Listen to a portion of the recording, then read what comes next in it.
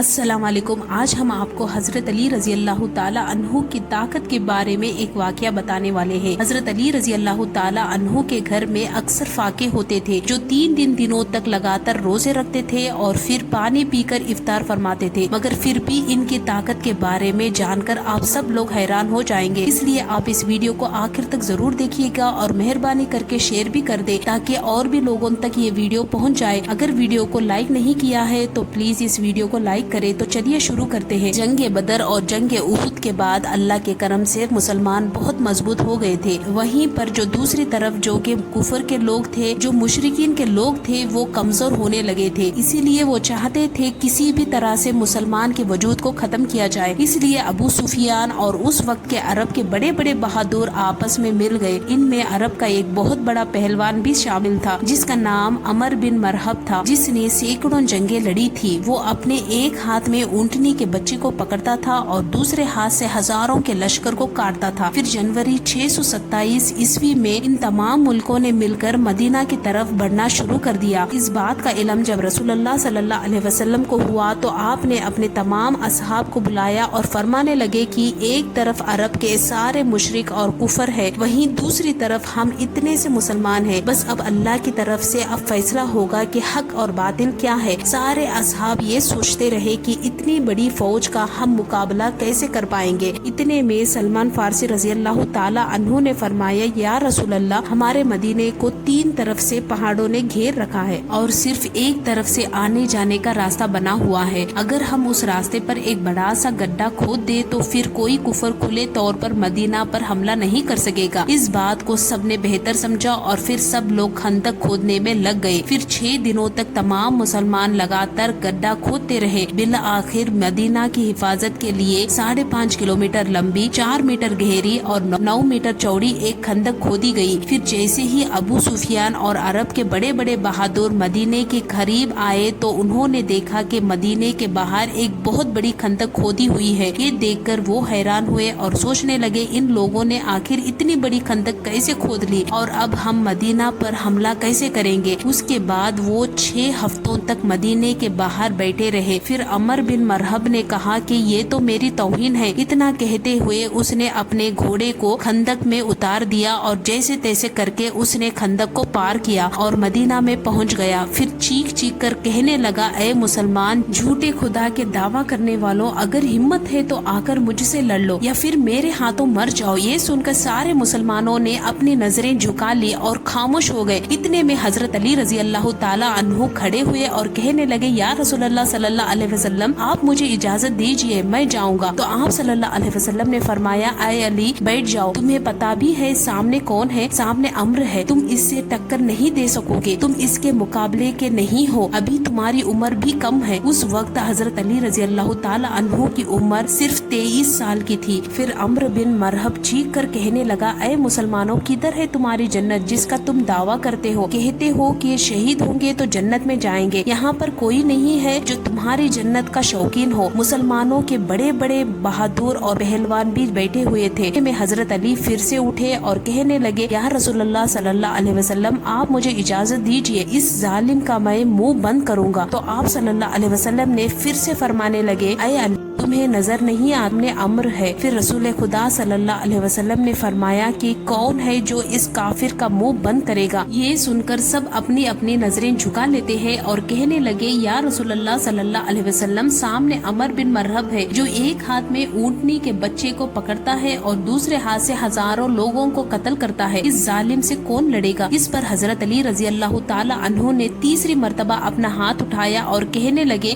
میرے آقا، مجھے اجازت دے کہ میں اس کا منہ بند کروں۔ تو تیسری مرتبہ رسول خدا صلی اللہ علیہ وسلم نے حضرت علی کو جانے کی اجازت دے دی۔ اجازت ملتے ہی حضرت علی رضی اللہ تعالی عنہ ایک ہاتھ میں ڈھال اور دوسرے ہاتھ میں تلوار لے کر عمر بن مرحب کے سامنے پہنچ گئے۔ عمر کا پورا جسم لوہے سے کور ہوا تھا، یعنی کہ اس کے کپڑے پورے لوہے کے بنے ہوئے تھے، یہاں تک اس کی ٹوپی بھی لوہے کی تھی۔ عمر بن مرحب نے اپنے سامنے حضرت علی کو دیکھ کر کہا، تم کون ہو اور یہاں کیوں مرنے آئے ہو؟ تو یہ سن کر حضرت علی رضی اللہ تعالی عنہ نے فرمایا، میں حیدر کرار ہوں، میری ماں نے میرا نام حیدر رکھا ہے۔ حیدر کہا جاتا ہے ایک ماہر شیر کو اور کرار کہا جاتا ہے پلٹ پلٹ حملہ کرنے والے کو، اس لیے آپ کا لقب حیدر کرار تھا، یعنی پلٹ پلٹ کر وار کرنے والا شیر۔ عمرو بن مرحب نے پھر کہا جیسے تو آیا ہے ویسے ہی واپس چلا جا، میں بچے کو مارنا نہیں چاہتا۔ حضرت علی رضی اللہ تعالی عنہ نے فرمایا مگر میں تجھے مارنا چاہتا ہوں۔ یہ سن کر عمرو بن مرحب کو غصہ چڑھ گیا اور اس نے آگے بڑھ کر وار کر دیا۔ حضرت علی نے اس کے حملے کو اپنی ڈھال پر روکا، پھر اس نے آپ پر 3 وار کیے اور آپ نے اس کے تینوں وار روک لیے۔ پھر اس نے حضرت علی پر ایک زوردار وار کیا جس سے آپ کی ڈھال کے 2 ٹکڑے ہو گئے اور اس کی تلوار آپ کے کاندھے پر لگی، یعنی کہ آپ کا کاندھا زخمی ہو گیا۔ اب حضرت علی حیدر کرار بنے، یعنی کہ پلٹ پلٹ کر حملہ کرنے والے بنے۔